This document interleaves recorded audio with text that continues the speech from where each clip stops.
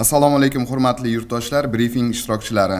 Sizlarga bugungi briefingda 2025-yil yanvar-mart oylari davomida Respublika Ma'naviyat va ma'rifat markazi huzuridagi Ma'rifat targ'ibotchilar jamiyati tomonidan O'zbekiston Respublikasi Oliy Majlisi huzuridagi Fuqarolik jamiyati institutlarini qo'llab-quvvatlash jamoat fondining moliyaviy ko'magi asosida amalga oshirilgan ishlar haqida ma'lumot beramiz.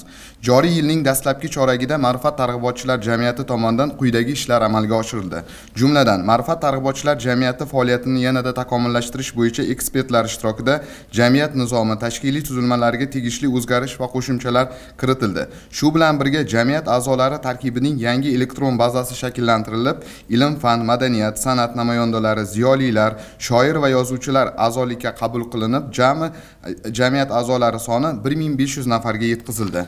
Jamiyat a'zolari ishtirokida davlat bayramlari, muhim sanalar va buyuk siymolar tavallud kunlari munosabati bilan vazirlik, idora va tashkilotlarda 180 dan ortiq ma'rifat soatlari tashkil etildi.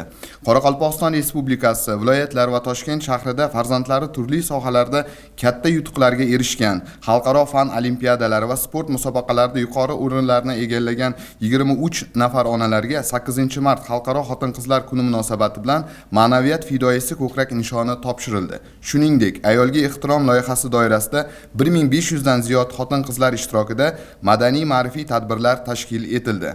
Yashil makon loyihasi doirasida Toshkent viloyati Nurafshon shahrida olimlar, yozuvchi shoirlar, ziyolilar guruhi tomonidan ma'rifat bog'i tashkil etilib, 200 dan ortiq mevali va manzarali daraxtlar o'tqazildi.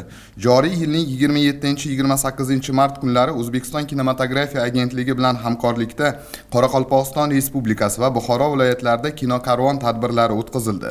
Mazkur kinokarvon loyihasida madaniyat, san'at namoyandalaridan iborat targ'ibot guruhi a'zolari ishtirok etib, 2500 nafardan ziyod aholi qamrab olindi.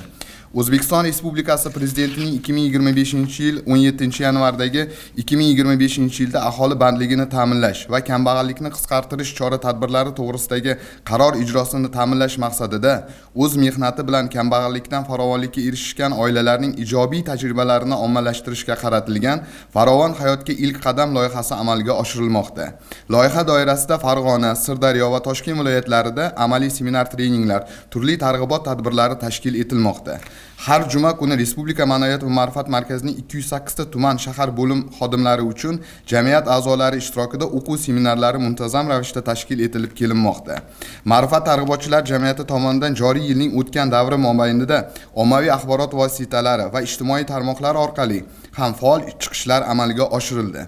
Jumladan, jamiyatimizda ijtimoiy faollikni oshirish, islohotlar mazmun mohiyatini xalqimizga yetkazish, kitobxonlik, sog'lom turmush tarzi, ma'rifatli oila tushunchalarini keng targ'ib etish maqsadida munosabat, ustoz, tavsiya etamiz loyihalari doirasida 100 dan ziyod audio, video, animatsion, grafik va video kontentlar tasvirga olinib, ijtimoiy tarmoqlarga yoritib kelinmoqda.